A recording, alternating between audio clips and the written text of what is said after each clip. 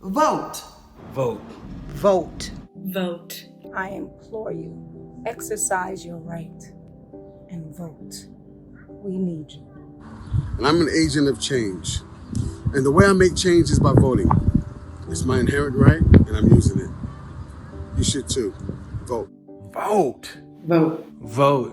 Vote. Vote. Vote. Vote. Vote. I voted since I was 18 years old and I was able to. It's our right, it's our duty, and it gives you a voice in a world that needs you. Vote. Vote. Vote. Vote, vote, vote, vote, vote, vote, vote. Vote already.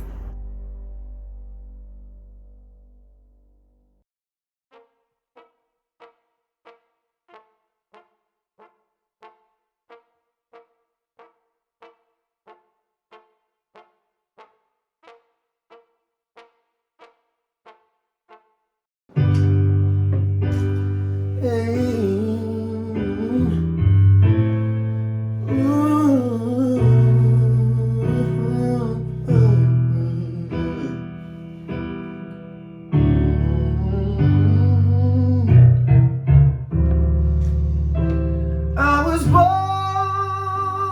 by the river in a little tent, and oh, just like the river, I've been running ever since. It's been a long time coming, but I know change gon' come. Oh, yes it will. It's been too hard living, but I'm afraid to die. Yeah, I don't know what's up there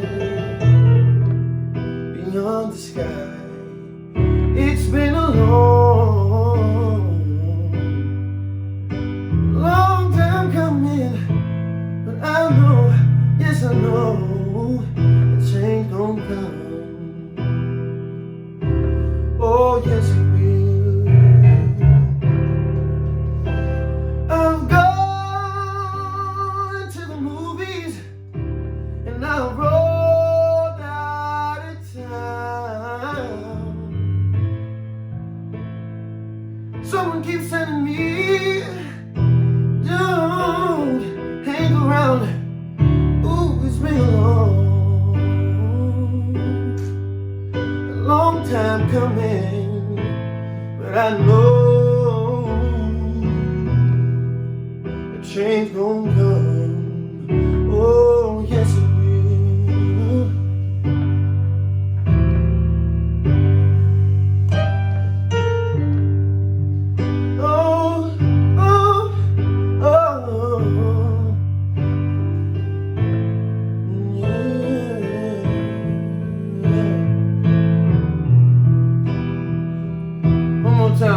It's been a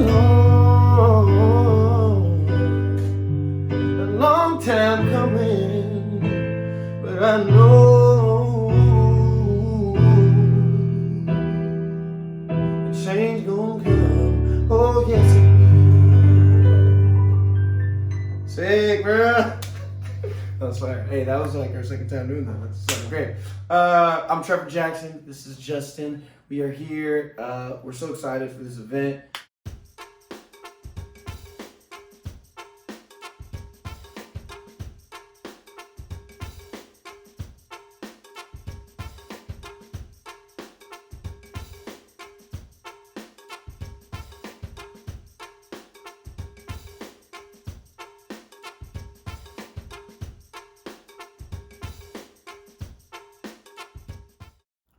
Those who are desperately grasping onto an old worldview, holding on to their power and their broken ideologies, are scared.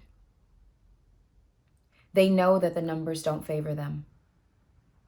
Theirs is a framework of scarcity and xenophobia, and Ours is of abundance and interdependence. Theirs is a story of erasure and subjugation, and ours is a story of inclusion and equanimity. We march. We make change. We matter. We know that when we vote, we win.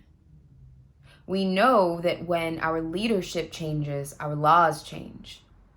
We know that when we participate, we can hold them accountable. We know that when we vote, we are not only voting for a candidate and a platform, we are voting to steer the course of our nation's future. From school boards to presidential office, our voice and our vote absolutely matters. We stand up each and every day and demand to be seen and heard, to be treated with dignity and respect. We stand up every single day to fascism, to racism, to bigotry, to colonialism, to sexism, to homophobia, to militarism, to the patriarchy. And this November, we will stand up for what we believe in. We believe in a very attainable future that we are done tiptoeing and crawling towards. This November, we will vote.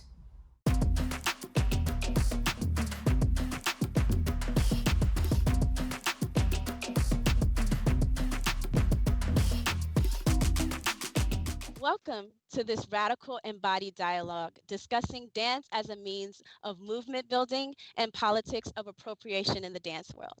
I am Dr. Shamel Bell, and someone once described me as a visionary instigator, and I loved that. So I am the visionary instigator of street dance activism and the global dance meditation for Black liberation.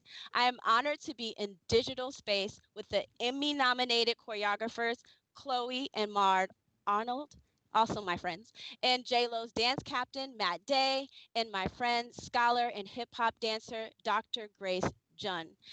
I am currently on Tongva land, so I'm going to do an exercise that we're going to honor our land, but I also am going to do what I call an embodied check-in. My embodied check-in is, hi, I'm Dr. Shamel Bell.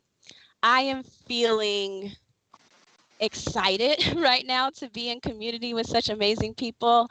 I am honoring and standing on sacred Tongva land in South Central Los Angeles.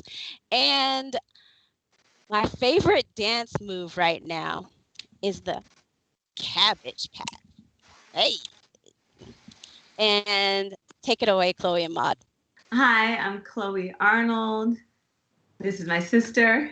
Hi, I'm Maud Arnold. And I'm feeling so inspired and energized by all of this greatness.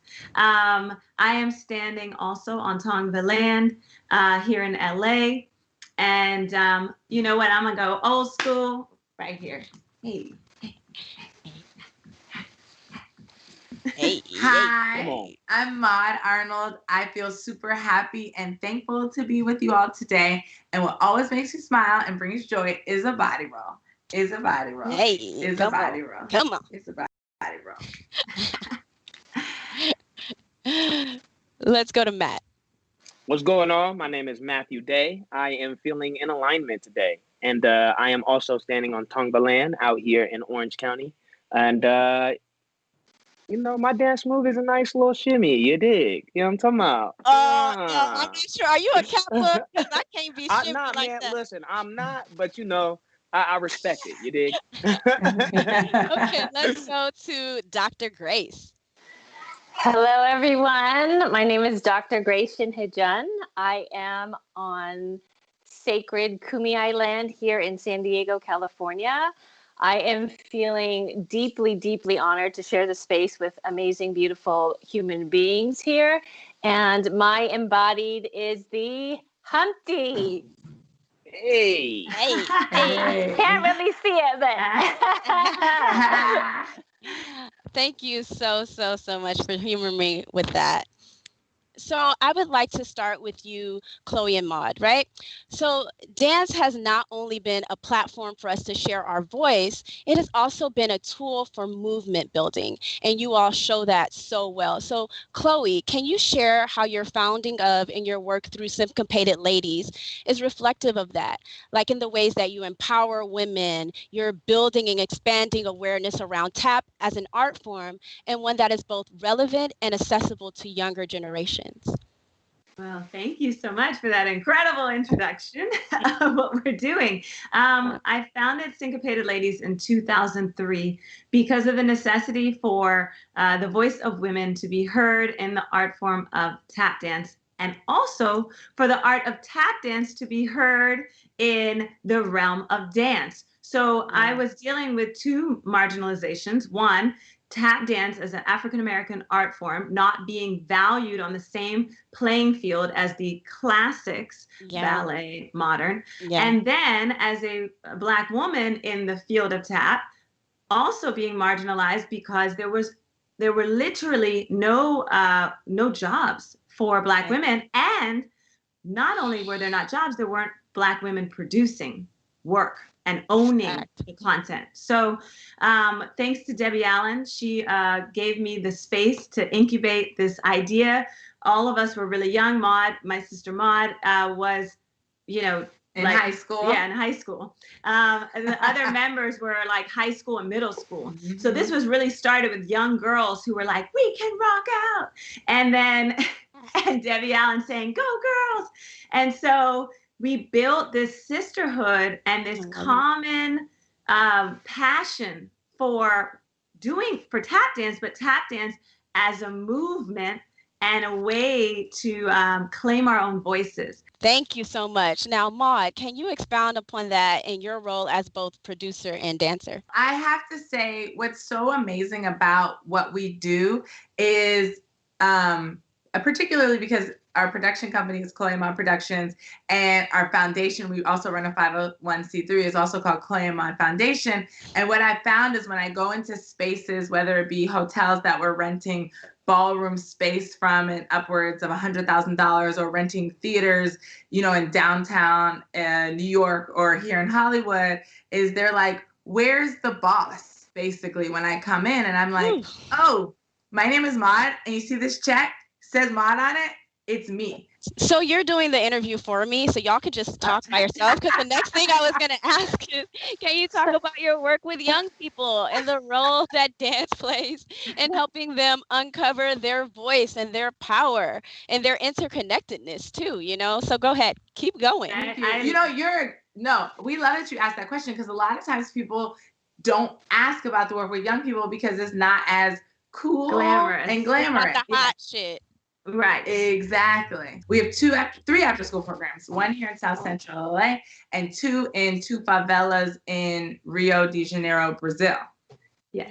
So our kids in New York, we have kids in New York too. Mm-hmm. So when the Black Lives Matter movement gained the momentum that it's been deserving, our kids, we had a talk with all of our kids around the world. Because we also have an international youth dance company. Mm-hmm. So we see these kids usually in real life, but now everything's virtual. But it's been amazing because now we can have certain dialogues, and this platform is great for dialogue. So as we were talking about a movement, we started a movement called Tap Into Justice, so that the kids would have something that they could latch on to really give their voices some flight. And 3 of our children, 9, 6, and 6, created what I view as a masterpiece work of Tap Into Justice, where they took Lauryn Hill's song Black Rage and they saluted all of our people that have been lost to police violence and brutality. And they self-choreographed. Wow, I love 9, 6, and 6, and shot in a parking lot on a piece of wood. And yesterday we performed it at a Black Lives Matter march in Long Island, New York.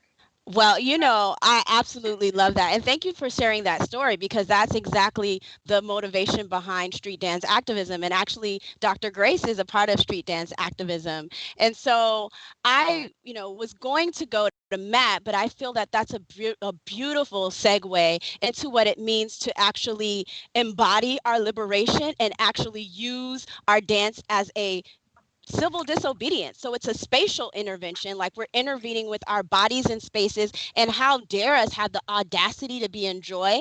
How dare us have the audacity to be out there resisting and living, right? And not in our sorrow, and not doing it for performance. But what we say in street dance activism is lifting frequencies and lifting vibrations for our own healing, right? Just this summer, we've been in like 2 panels talking about just this. And you know what I'm going to say? What's my favorite thing, Grace? Action items. Action items. Look, I didn't even have to tell you. What are the next ones? So I know that was a lot to set you up, because that is exactly where we're shifting. And so that was a perfect kind of segue. Thank you. I want to start with what you had said, Chloe, about giving girls a voice and finding a voice, and that being very important. And I would say for me, as an Asian American, a Korean American born to immigrant parents, that hip hop gave me a voice. Listening to the music, moving my body, I found a place where I thought I could have a voice, where I could express myself. So that being powerful in itself, but then adding the complications of appropriation on top of that. What can we do, right? And sometimes we're not aware. Like as a girl growing up in the 80s and 90s, I'm listening to this music. It's making me feel some kind of way. I'm not necessarily thinking about, oh, I'm taking from Black culture, but now here I am years and years later, I'm an educator. So how can I instill some of these ideas into my students? So really thinking about getting out of that guilt place, because I think we all appropriate to some degree. And if we sit here and think of, okay, I'm on this side of the line or I'm on that side of the line, we never get anywhere. We get stuck in this place. But I would say thinking about how we are taking from the culture and what are we doing to benefit the culture. And this is like where the action item comes in. And a lot of the work has to be within ourselves, really thinking about how we've been educated and ingrained in anti-Blackness from day one in this country, growing up. And it's not about being a good person or a bad person. This is a system that has taught us to be anti-Black. So how do we address it within ourselves, within our families, within our communities, and then systemically widely? There's like so many levels to this, and it's ongoing. So someone who has done a lot of anti-Black work and addressing that racism, I'm not done and I have to keep going. And so if we think, oh, check, we did it, we're done, then we're not doing the work, right? And so for me, action item is to really, one, take a step and acknowledge that you are anti-Black or that you've been anti-Black, and your family has, and you've learned this. So just acknowledging that first of all. And then the second step would be to, how can I start undoing that? What can I do? And like Shamel, it's not just about having Black friends. Are you in intimate relationships? Are you like, what are you willing to risk, right? For that person? Does your Black friend know that you are down 100% for them? Are you organizing with these folks in these spaces, or are you just a convenient phone call away, right? Are you really, really putting in the work? And then I would say too, as an Asian American, is to read the histories of Black Asian solidarity. Yes. We have so many examples, right? Yuri Kochiyama, Grace Lee Boggs being two phenomenal Asian American activists in our community that we can learn so many lessons from. So those are 3 action items. I gave you 3, Shamel. You know what?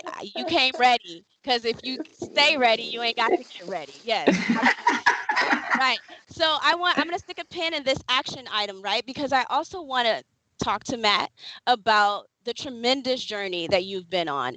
And I just want you to talk about, I want to kind of have this all have a synergy. And we talked about uncovering voice and power when we talked to Chloe and Maud, right? We talked about these action items. So I want to talk to you about like what it means to be responsible for the articulation of someone else's voice or vision as J-Lo's principal dancer, right? So I want you to talk about your tremendous journey and that process of finding your voice as a dancer, and like also what it means to be responsible for someone else's voice and how that, kind of impacts your journey. It's interesting. When I get on stage with an artist like a Jennifer Lopez, it is her vision. It's what she would like to be done. I'm supposed to be her character. Something that I've done selfishly, which has actually worked for me, is when I go into these rehearsals, I'm going to give you what you would like. But come showtime, I'm going to be myself. It is important for me to make sure that when I step on that stage, I am representing a type of human being that doesn't have representation in this world. I grew up in an environment where I lost 12 friends before I graduated high school. You know what I mean? I have a buddy named Dre. We were getting ready for a show. I talked to him on the phone that night. He got shot sitting in somebody's garage just because it was a stray bullet. He's now in a wheelchair, and he used to dance with us in our dance group. I represent them. There is the greatest equalizer is poverty, and there's a poverty line, and those people that live underneath that poverty line, they do not. It's not that they don't have a voice; they're not being listened to because people don't recognize them. Yes, and it's my duty to represent them when I am on stage. I will come into your workspace as far as rehearsals go, and I will come into the audition and all of the things and be who you need me to be. But come showtime, it is my time. I am on stage, and I am not going to step away from the starlight, because if I want to be one, I will be one, because my voice hasn't been heard and it has to be. And if I don't speak for them, they won't have a voice. Listen, if you don't come and preach, Matt, come on. Listen, come on. It's if I didn't see me growing up. I didn't see me anywhere. Like everybody that was on TV that was light skinned was light skinned. Yeah. I can play the role. You know what I mean? That's not what was celebrated. That's not what was celebrated where I'm from. It wasn't cool to be pretty. Yeah. I can't love myself if I don't see representation of me. Yeah. And if I can't love myself, then I have a negative view of self for my mental health. So dance has really been an opportunity for freedom of expression. That doesn't need a language. I might not talk the way you want me to talk for you to hear me, but pain you feel. So when you watch me and I do what I got to do, you will feel what I want to emote. And if you can feel me, we don't need language, because that creates empathy. And I think that is how I utilize my my gifts to get on stage and represent my people while representing somebody else's story. Thank you so much. Like, I mean, you can we say amen, right? Amen. Amen. And of course, y'all did it with me. I love y'all. So this conversation is bringing to how I want to wrap us up, and this idea of action items, but you also talked about it all being an inner process. All of you all spoke to things like empathy, or, your vision, your power being found within yourself, and this idea, like no one said it explicitly, but you kind of did, like, if I don't love myself, then how can I love others type thing? If I don't heal myself, how can I gonna help heal anybody else? And it kind of speaks to this COVID moment, right? We all are in a completely different environment. We're all in our homes, safer at homes, right? We have this different platform that we're using. And so I want to talk about how the COVID-19 pandemic, in addition to a global uprising, has impacted your mental, emotional, that health, right? And also, how did you turn that into an action item? Was it something that impeded you? But it looks like to me that it's something that was a catalyst for you all. So that's my final question for you. And I just kind of wanted to see who just wants to speak on that. The global pandemic. I think the first week, Maud and I had a massive event planned in person. We were supposed to have our annual tap dance event, DC Tap Fest. 500 dancers are supposed to come to DC from all around the world, including Italy, which was the hot spot at that time, including all across Asia, Brazil, and China. I mean, it was like. So needless to say, we had to cancel. We decided that we were going to shift to this entire dance festival, which had about 30 guest artists and 100 classes. We were going to shift the whole thing online. And thanks to our friend that we went to Columbia with, he's brilliant Black man, came to our rescue to literal rescue. Yes, literal. To create this online platform and build the technology we needed to make it real. We all didn't sleep for days because I mean the turnaround. DC stated state of emergency, I think 10 days before our event, and at that point we were like, okay, it's done. And so we pivoted and we decided, though, in this moment, we need to make a price point for the students that can afford so that, you know, we're able to pay all of our artists, right? But we also need to make it so that anyone who's being wiped out by this scenario can take for free. So we did a buy one, give one model. And that allowed for us to have 50% of the dancers on scholarship. And we ended up exceeding our 500 dancers. We had 1,500. And again, all around the globe. And honestly, it was a spirit lifter. The most important thing, it was a unifier, a spirit lifter. I love it. And a global, like, just bond. I love that. This COVID moment that we're pushed to be more productive in work sometimes, but I feel like what you all have tapped into is who you really are. And that's what the gift that you all are giving to others, to be unapologetic in who you are, what your passion is, your healing process, and what you believe in, and do that daily as your job, and kind of moving away from this capitalist model of being productive in a sense where you have to do it in a capitalist means to survive. But you all are lifting generations, and you know, in all of your work. And so I would love to hear from you, Matt. Before this happened, it was I had a fight for what has been. Let me discuss what has been.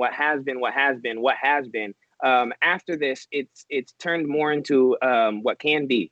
Yeah, we are allowed to be the bridge. Myself and a few other friends have a chat that we do every Thursday called The Gray Area, and it started off with just the uncomfortable conversation, and it's turned more into like teaching finances and teaching voter registration, and teaching people about politics, and it is it's people from all over the United States and all types of races, all ages. I love it. It just opens us up to have dialogue with human beings that might never sit in the room with somebody that's my color. Yeah. And having that dialogue and being able to respect their perspective instead of teach them a lesson allows them the safety net for them to not be wrong when they speak. Yeah.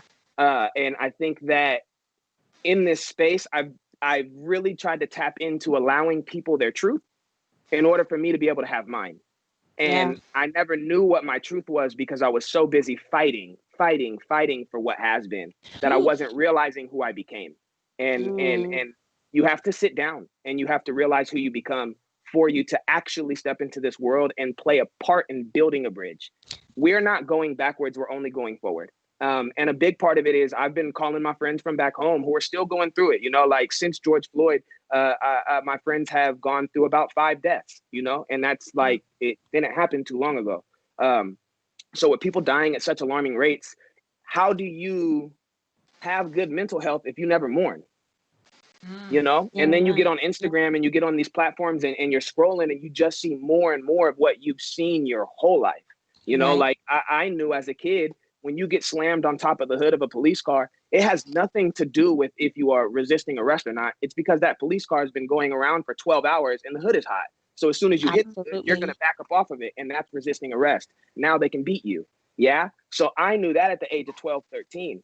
When you grow up in those environments, you don't have the opportunity to have good mental health. So calling and just giving people hope in the idea of, hey, bro, check out this new financial platform. Hey, bro, dive into this. Hey, read this book. And it is taking action in your everyday life in order for it to overflow into their family. Absolutely. So y'all want to do this for me? Because you did the perfect segue into exactly what I think Grace is about to talk about, this daily dealing with our mental health and our emotional health. And yes, please, Grace.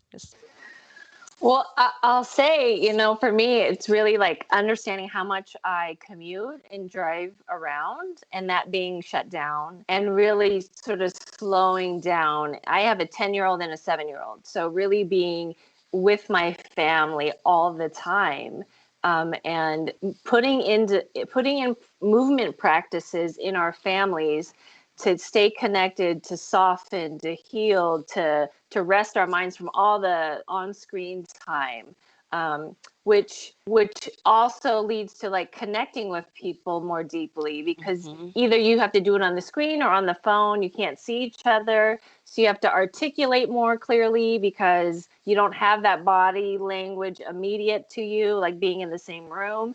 One of the real things that has happened is connecting with my sister Shamel and a whole group of women who are about this global dance meditation for Black liberation. And what does that mean, right? What it means to slow down, to have a practice together, to be in community, to figure out how we heal each other, and that it's ongoing. And so, spearheaded by the wonderful, amazing Dr. Shamel Bell, there's been a group of us who have been meeting for a couple months, and on August 1st we launched the Global Dance Meditation for Black Liberation, and it's just a daily practice of reminding us to get us to think, to slow down, to heal ourselves, to heal together, that we're in a community and we can do this together.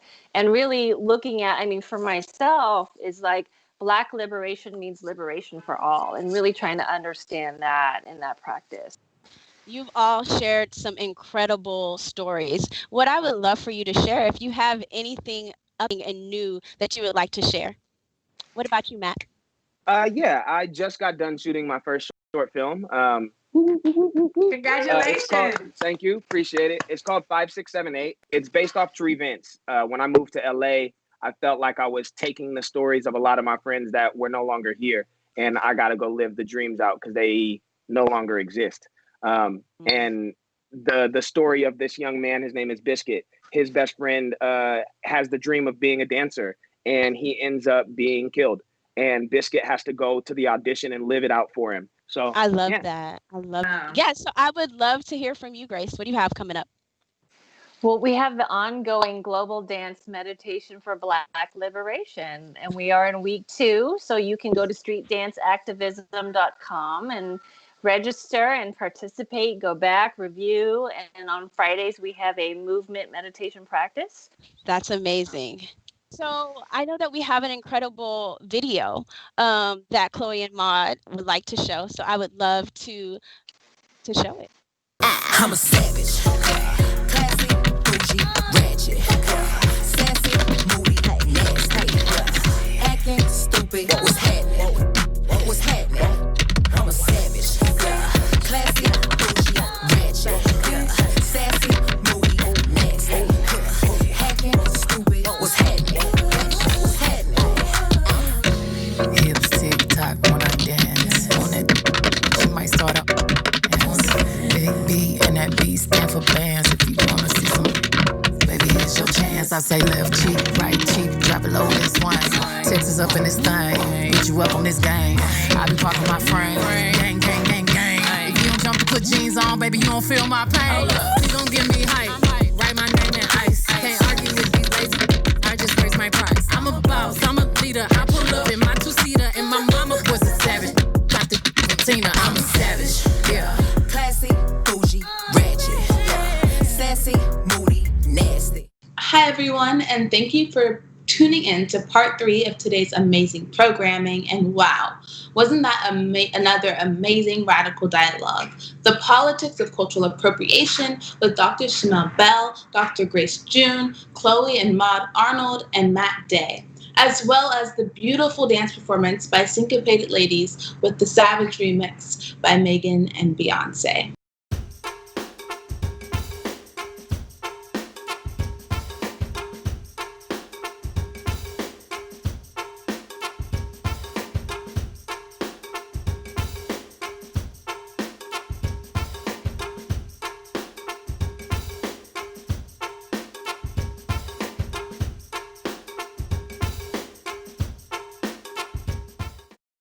Voting is a way for us to participate in shaping the world we want to see, not only for ourselves, but for future generations as well. When we vote, we get to voice our opinions and hold our elected officials accountable to be reflective of the many and not just the few. Now, we turn to a conversation about non-binary gender identity with Alok and Allison Stoner. Thanks so much, Winter. Glad to have everyone here today. My name is Allison Stoner. I am an actress, writer, producer, and host of Complexity podcast. And I am here today with Alok, who is a gender nonconforming writer and performance artist who's internationally renowned for their poetry, prose, comedy, performance, fashion design, and portraiture that explores themes of gender, race, trauma, belonging, and the human condition. They are also the author of Femme in Public and Beyond the Gender Binary. And to boot, they've been honored as one of NBC Pride's 50 and Out Magazine's Out 100, and they presented their work in more than 40 countries. Hello, welcome. Thanks so much for having me. Yes, excellent to meet you and speak with you. So first, just to clarify, I use she, her pronouns. How do you self-identify? I use they and them pronouns. So in a sentence, that's where did they get their lipstick? And I'm not going to tell you. Excellent. We're going to dive into deep waters right away, but I feel like you're used to that. So your artistry responds to violence against trans and gender nonconforming people, calling for freedom from constraining gender norms, and you advocate for body diversity, gender neutrality, and self-determination. These are new ideas for a lot of people, ideas that might challenge what they were raised to believe. Might you be willing to share what these concepts mean to you? Absolutely. You know, it sounds like a lot of fancy vocabulary, but it really just boils down to my body, my choice. I think we grow up in a society that thinks that it knows us better than we know ourselves. And I'm part of a generation of artists which are trying to challenge that and say, you get to self-author and self-create. And that in fact, these norms do more to erase us than they do to educate us about anything. You are the best instructor on your own experience. And what that looks like is things like beauty and gender actually are infinite. They can't be just confined to binaries or to essential categories. And they're more like stories than they are like words. And to expand on that, we absorb and inherit views of identity, gender, and sexuality based on what you're describing as programming in early childhood, your upbringing, faith communities, societal standards, fashion, socioeconomic class, geography, and media. And for those who do not ascribe to the normative narrative, it is piercingly clear to be an other because nothing is made with you in mind, or worse, it is specifically designed to exclude you. In your experience and observation, what are the most common myths about gender and identity formation that you feel are bringing the most harm to non-binary and gender non-conforming people, and consequently society at large? First of all, there's this very harmful myth that there's only two genders and two sexes. And this is just not true. Actually, for thousands of years in cultures outside of the West, there's long been an ancestral recognition of people outside of the gender binary. So what's not new is us. What's actually new is dividing billions of people into one of two categories and teaching them that that's the only natural way to be. Then the second one is that gender is fixed based off of what you're assigned at birth and that it can't be changed. But that's actually not true. In so many species of animal life, there is gender and sex transition all the time. In fact, gender and sexual diversity, I would argue, are a fundamental part of natural diversity, and that trying to eclipse all of the range of possibility into one of two categories is not only wrong, but utterly unambitious. And then I think the third one is that gender is what you look like and not who you are. A lot of people conflate people's gender presentations with their gender identities. So oftentimes they'll say non-binary is the same thing as androgynous, but there are actually some non-binary people who aren't androgynous, and there's some that who are. And my gender is in fact not about the clothes that I'm wearing or the makeup that I have on. Those are just accessories. What my gender actually is my energy. And so I always say We've taught that gender is anatomy, but actually gender is about energy.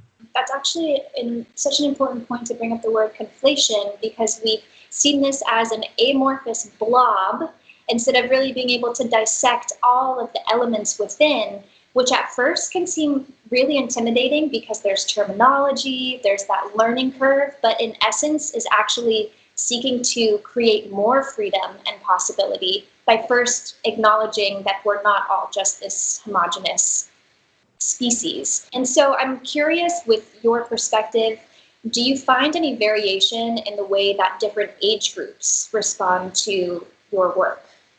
100%. I mean, shout out to Gen Z, because Gen Z gets it and understands that the gender binary is the ultimate TBT, and that actually they, them pronouns is totally grammatically fine, and also understands that trans rights are more important than the preservation of arcane, rigid grammar structures, because last time I checked, adults aren't speaking Old English, so it doesn't seem like they really mind when language is transformed, except when it relates to LGBTQ people. So I think Gen Z, by and large, is much more accepting. I think a lot of the issues right now, especially when we're looking at politics, is a lot of older legislators who across the country are trying to legislate trans and intersex and gender nonconforming people out of existence. So I think it's really important in any conversation that I have to say, this is not just a theoretical sort of debate.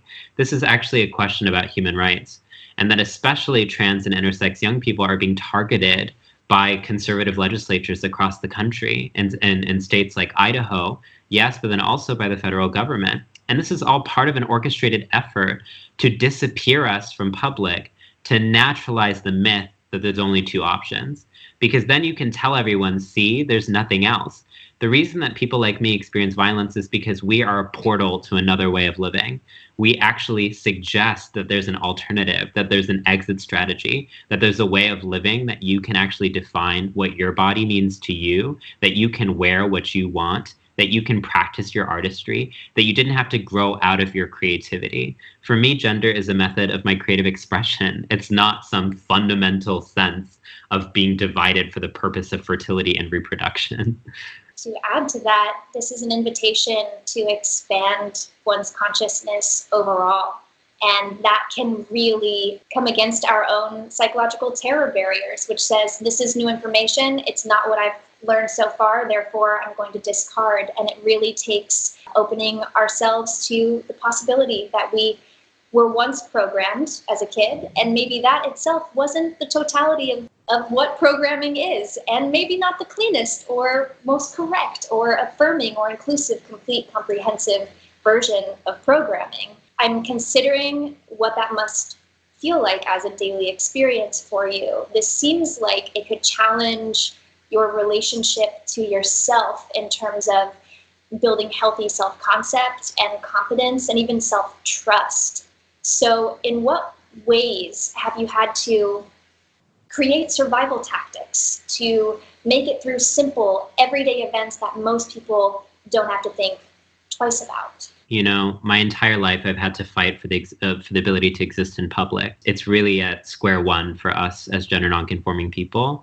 We are punished for existing. So it's not even about what we do. It's not even about what we wear. It's literally about you're not allowed to exist.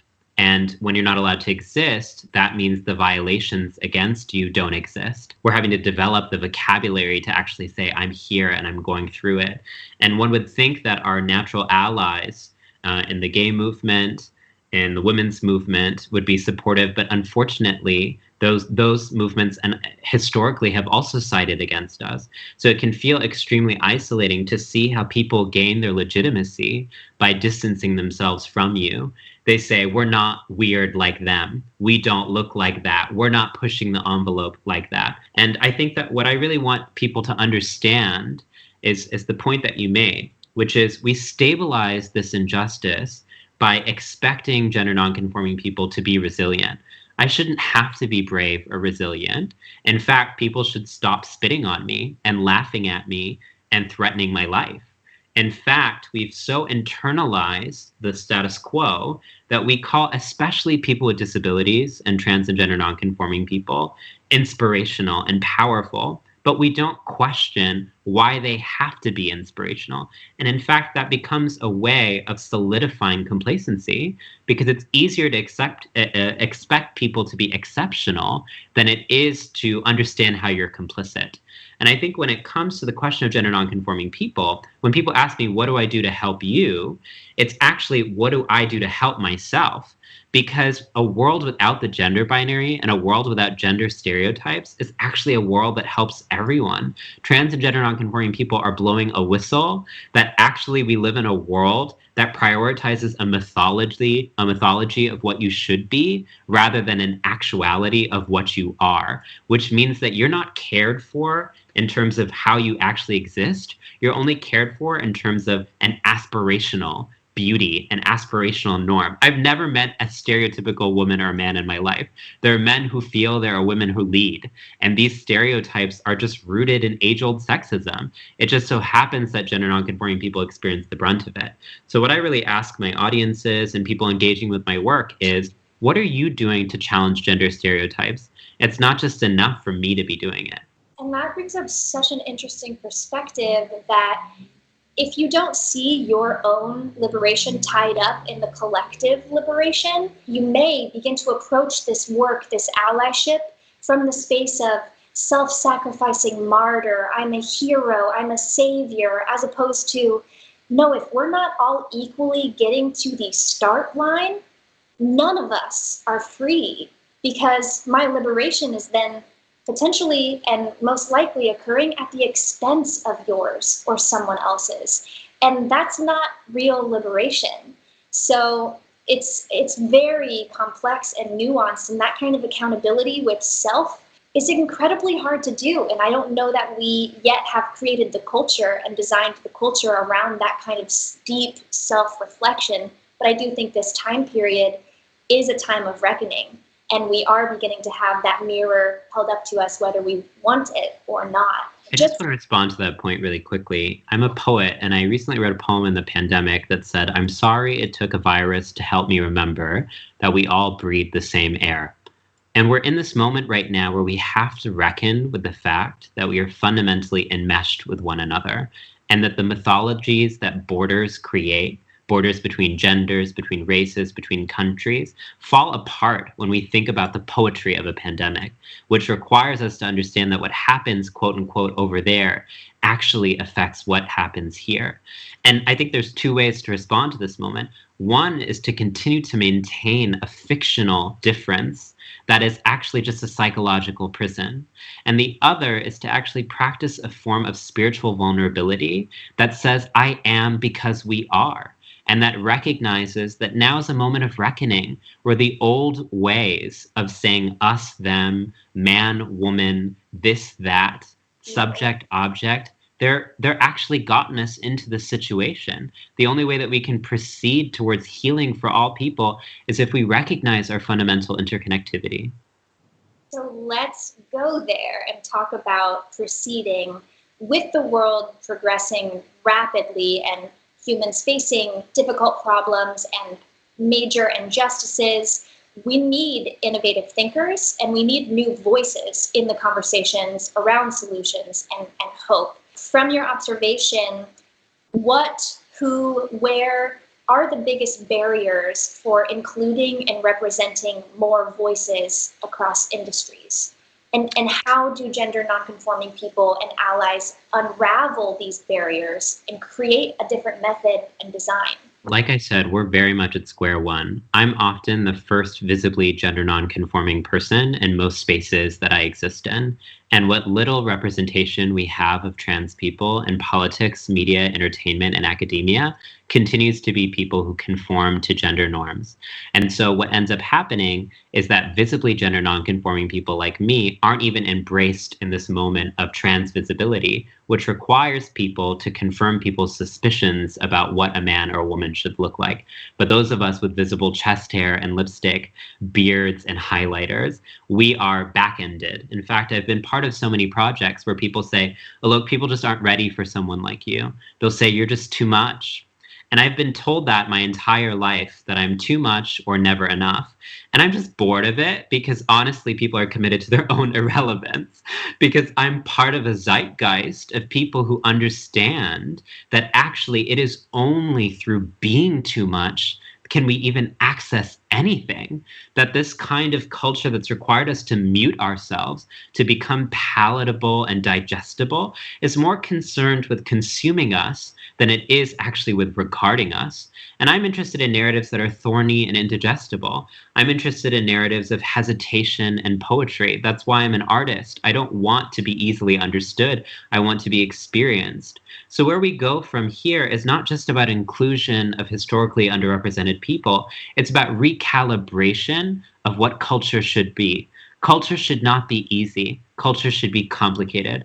The most dynamic films, novels, TV shows are ones that spark and catalyze courageous conversations. We don't remember the boring stuff. We only remember the stuff that actually marks culture. So what we need right now is innovators who are pushing the envelope in every creative industry to actually do justice to the reality of the human condition. Because we live in a propaganda-inspired media industry that continues to only circulate sanitized narratives that are more about sculptures than the reality of human existence. I don't see people who look like the people I see on TV next to me, so I'm not interested in watching TV. The shows that I'm watching, like I May Destroy You by Michaela Cole, and all these other incredible innovators, are shows that I'm watching not just because they check a diversity checkbox, but rather because they present a compelling human story about what life actually is. So I want us to reframe the conversation around diversity to be less about tokenizing and more about recalibrating and actually asking ourselves, what does it mean to tell a good story? What it means to tell a good story is to tell an honest story. What it means to tell an honest story is to say that the majority of people in this world are not white, thin, cis. That actually the majority of people in this world also go through heartbreak and loneliness and loss and anguish and grief. And until we accept that people of color and trans people are not just accessories for Hollywood and creative industries to act like they're doing due diligence to diversity, but in fact, invitations to better and more compelling and urgent storytelling, I don't think will go anywhere. I have nothing to add to that. That is so helpful to hear straight through in those words. I really appreciate you sharing that. And I think the only question I have left for this conversation is, when you look at the younger generations, when you look at society, especially maybe young gender nonconforming folks, what advice do you have for them, for folks on this journey who are actually daring to tap into that creative space that says, we have yet to see what is possible because we have not envisioned what is possible. And I'm today committing to tapping into that infinite energy, infinite creativity. What advice do you have for them? It can feel incredibly lonely and painful to be the only or to be the first. But what I want to remind you is that you're part of a sacred legacy of people who've existed for thousands of years and were so beautiful, so tremendous, and so powerful that they had to be disappeared from history. But I've done the work over years of reading so many history textbooks, of learning and familiarizing myself with cultures across the world to understand that we've always been. And so take solace in the fact that actually you have ancestors looking over and watching over and guiding you. And your creativity and your intuition are because you're tapped into their knowledge, that they paved the way for us. It used to be illegal in the United States to wear more than 3 articles of clothing that violated your assigned sex. It was called the cross-dressing laws. And until the 1960s, people like us would be thrown into prison for being glamorous in public. But yet, we came from ancestors like Sylvia Rivera and Marsha P. Johnson, who went outside wearing makeup, jewelry, and dresses, and were thrown into prison and then dusted off their heels and went right back outside. Why? Because they understood there is no legitimacy to a law that is anti-fabulous. And to be fabulous is to not just define ourselves by meager articulations of law, but to recognize that my law is my divinity. And that is what I follow. To know your worth and to actually accept that you're part of a sacred legacy means that all of these insults to you are just mediocre suggestions. How can we find and follow and support your work and being and celebrate you right now? You can find me at my Instagram is at ALOKVMENON. Well, thank you so much for chatting with us today, and thank you everyone for tuning in. There's a lot more in store, so I can't wait for you to experience the rest of this this day in programming. Thanks, y'all. Thank you. Skateboarding is all about challenging the status quo. Today, we are honored to have two of the most revolutionary, goofy-footed boarders of our time come together to discuss the politics of counterculture. Please welcome gender non-conforming pro skater and activist Leo Baker and punk rock pro skater and trans icon Cher Strawberry. Hey Cher, how's it going? If you want to take a second to introduce yourself, I think that would be good for the audience. Okay, my name is Cher Autumn Straub, and I'm a skateboarder and a musician from Oakland, California. Thanks. And my name is Leo Baker. I'm from Covina, California, currently living in New York, and I skateboard, and I also play music for fun and just like to dabble around in creative stuff. So yeah, and I guess here today we're here to talk about quickly just gender identity and skateboarding, and I think it would be really poignant to just talk about the progress that's happened over the last, I guess I would say, 5-6 years.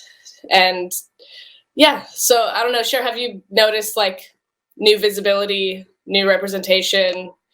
What's your experience with that?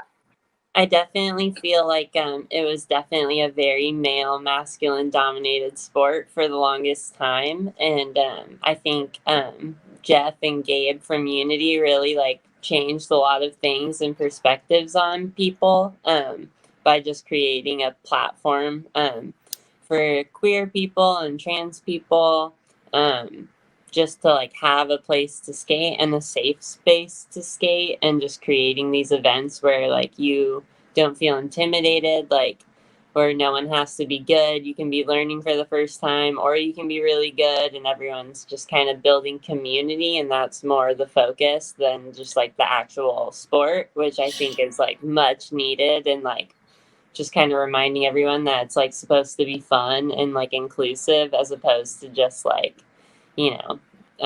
being good.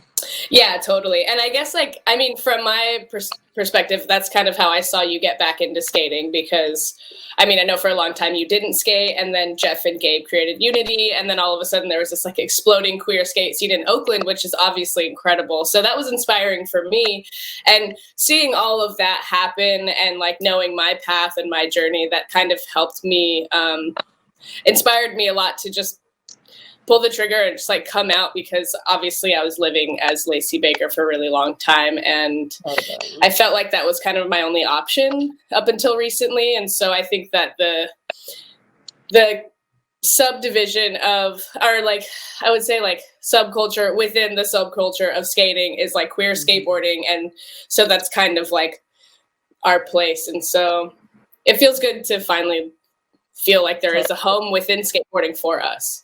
Totally, because when I stopped, like, skated from age 7 to 14, quit because I broke my ankle, and they said I couldn't skate for, like, 6 years or something, and then I honestly was, like, I really didn't have any desire to, once I was out of that scene for, like, a year or two, I was like, I don't really like a lot of the people who I know in skating. Like, it was just really hard. I'm like, I don't really miss hanging out with those people. I don't really like fit into that. Like, I felt like I had to try so hard to just not get like messed with at like the skate park, and like you really have to like prove yourself just to be able to like skate how you want to skate. So I had no desire to get back into it. But then when I saw like, Unity and like this whole queer skateboarding thing, I was like, oh my gosh, I like, and then I met you and you gave me a skateboard, and I was like, well, I have this skateboard, like maybe I should go try and ride it again. And now it's like all I think about. And I didn't even have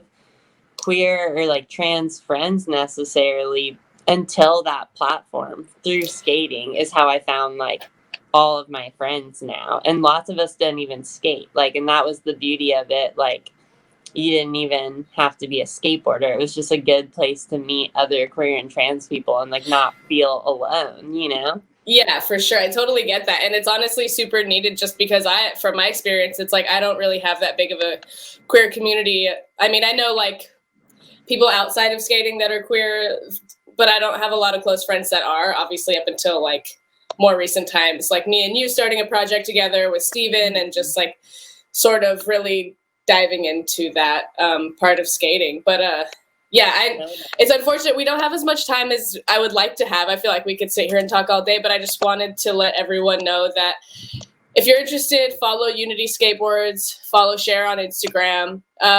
Follow Leo. Follow me on Instagram, see all the queer skating stuff. And the Skate Project also is working on some new stuff here coming up. So yeah, I just wanted to share that with everyone. To that. Yeah, and Cher and I and our friend Steven are dropping something soon, so keep an eye out for that too. And yeah, that is it for our little chat. So thanks everyone for tuning in. Thank you for tuning in. Have a good day, everybody. All right. Bye, y'all. Love you. Bye, Cher. Love you. Love you too. Love you more.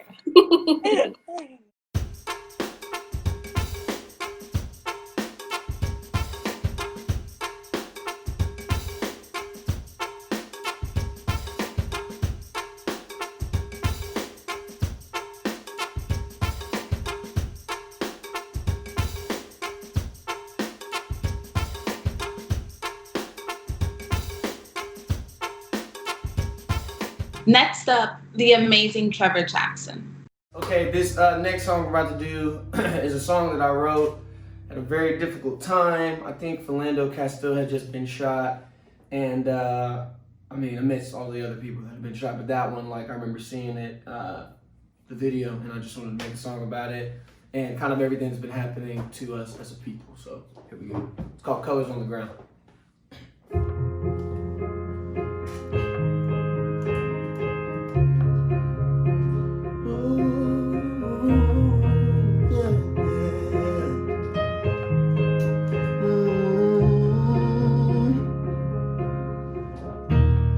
Mama soaked in tears and on her knees, she holds her baby as caution takes her rounds.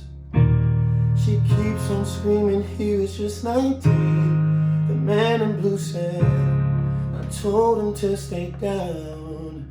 That doesn't make it right. Shame on you, shame on you. Bet if we ask the ones we lost what they did so wrong, they'd say, baby, I just had my hands up, my hoodie on, complying, still I'm dying. I just had my hands up, my hoodie on, no gun was drawn, still they find a way to make us colors on the ground. That's all they wanna see. I refuse to let us be just another color on the ground.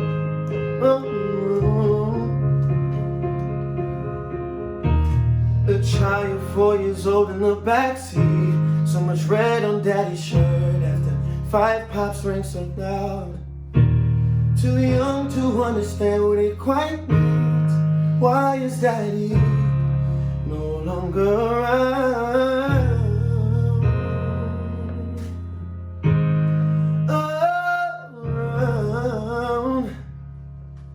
And if we ask her father what he did that was so wrong, he'd say, baby, I just had my hands up, my drinks were locked, my skin was black, so they attacked. Baby, I just had my hands up, no hoodie on, no gun was drawn, still they find a way to make us colors, colors on the ground.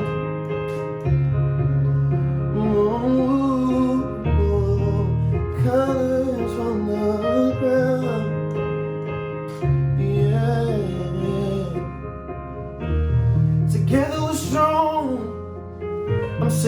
painting them streets with them brown and reds, them brown and reds. We'll keep marching on until them cowardly ones go turning them bads. We'll always be here. They've tried for thousands of years, but they can't get rid of SJ19W.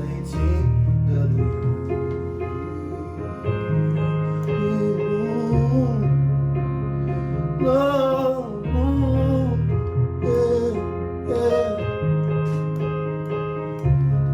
I refuse to let us be just another color on the ground.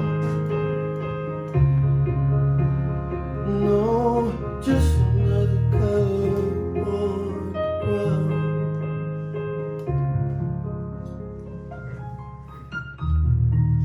That's it. Thank you guys. Before we get into this last song, I just want to say thank you so much for having us. Thank you, bro. This dude's Beethoven, 20th century. He's amazing. But yeah, so I want to end on a high note. We're going to do a Bob Marley cover. Is This Love? Let's get it. Thank you guys so much. Be blessed, and we go. We can speak up a bit too. Yeah.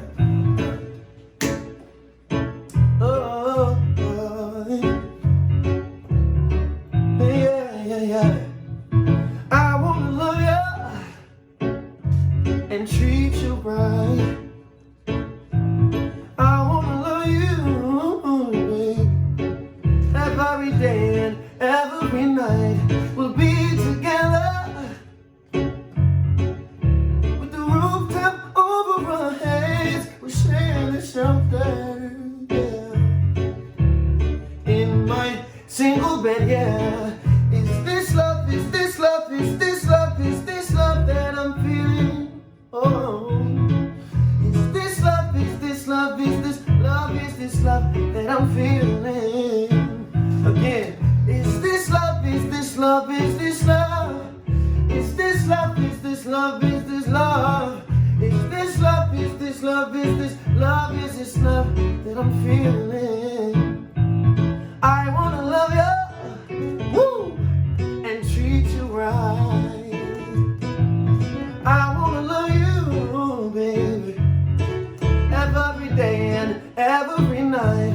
We'll be together, yeah, with the rooftop over our heads. We'll share the shelter, yeah, in my single bed, yeah. Is this love, is this love, is this love, is this love that I'm feeling? Oh, is this love, is this love, is this love, is this love that I'm feeling? One more time. Is this love, is this love, is this love? Is this love, is this love, is this love? Is this love, is this love, is this love, is this love that I'm feeling? God bless. Be well. Peace. That was an amazing performance by Trevor Jackson. Thank you all for tuning in to Into Action 2020 and International Youth Day. We hope you'll follow us and share in this conversation. And that's all, you guys, tuning off. Make sure you go and vote.